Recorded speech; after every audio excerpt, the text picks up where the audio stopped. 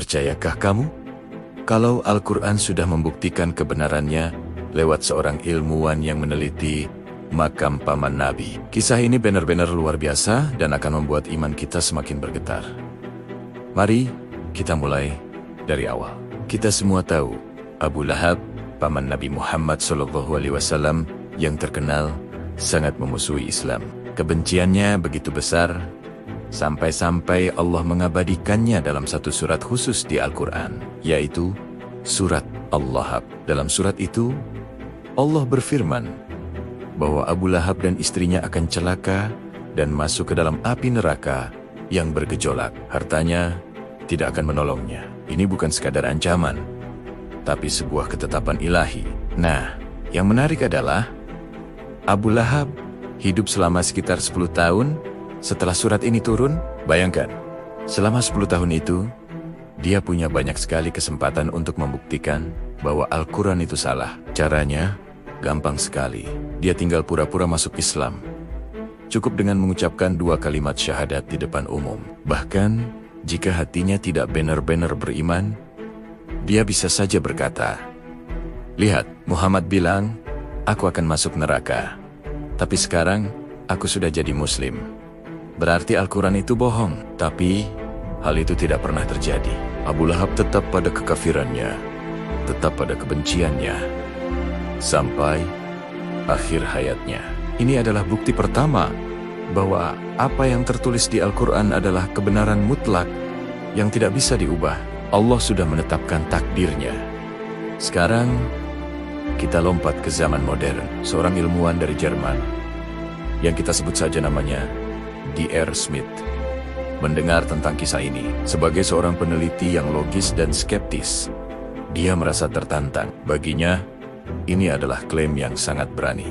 Dia berpikir, bagaimana mungkin sebuah kitab bisa memprediksi masa depan seseorang dengan begitu akurat dan memastikan orang itu tidak akan pernah berubah. Dia memutuskan untuk menyelidiki hal ini secara ilmiah. Proyek penelitiannya sangat ambisius. Menemukan dan meneliti makam Abu Lahab.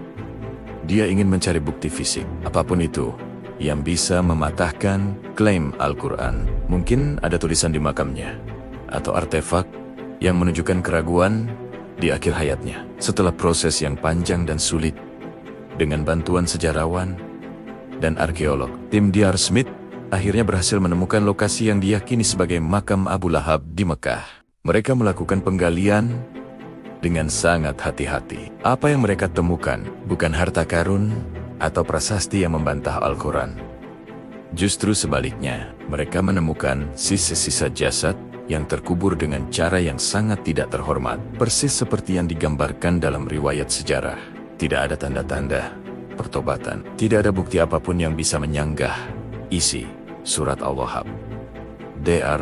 Smith benar-benar terkejut. Logikanya, sebagai ilmuwan berhadapan langsung dengan sebuah keajaiban yang tidak bisa dijelaskan. Selama bertahan-tahan, Abu Lahab punya kesempatan untuk membantah Nabi, tapi dia tidak melakukannya. Ini menunjukkan bahwa hatinya telah ditutup oleh Allah. D.R. Smith merenungkan hal ini dalam-dalam. Dia sadar bahwa ini bukan lagi soal kebetulan. Ini adalah mukjizat yang nyata, sebuah bukti kebenaran Al-Quran yang terpampang di depan matanya. Bagaimana mungkin seorang manusia bernama Muhammad yang hidup 1400 tahun lalu bisa tahu dengan pasti bahwa pamannya tidak akan pernah beriman seumur hidupnya? Jawabannya hanya satu. Informasi itu datang dari Sang Pencipta, Allah Subhanahu wa Ta'ala. Penemuan ilmiahnya yang tadinya bertujuan untuk meruntuhkan klaim Al-Quran justru menjadi jembatan yang mengantarkannya pada kebenaran. Akhirnya, dengan hati yang lapang dan pikiran yang tercerahkan, ilmuwan Jerman itu mengucapkan 2 kalimat syahadat dan memeluk agama Islam. Kisah ini mengajarkan kita pelajaran yang sangat berharga. Kebenaran Al-Quran itu abadi dan akan terus terbukti seiring berjalannya waktu. Bahkan melalui tanggen-tanggen orang yang pada awalnya meragukannya. Semoga kisah ini bisa memperkuat keimanan kita semua kepada Allah dan Rasul-Nya. Terima kasih sudah menonton. Jangan lupa bagikan video ini agar lebih banyak orang yang mendapatkan inspirasi. Sampai jumpa di video berikutnya.